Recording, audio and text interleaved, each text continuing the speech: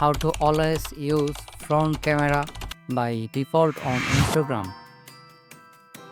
First, open your Instagram app, tap on the plus icon at the top, tap on camera icon or select story from the bottom menu.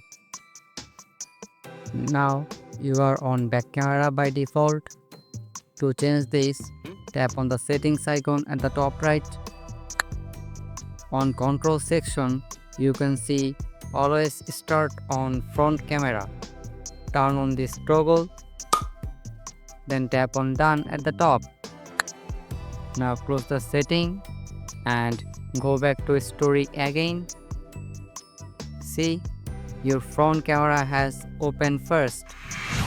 And that's it. This is how you can always use front camera by default on Instagram.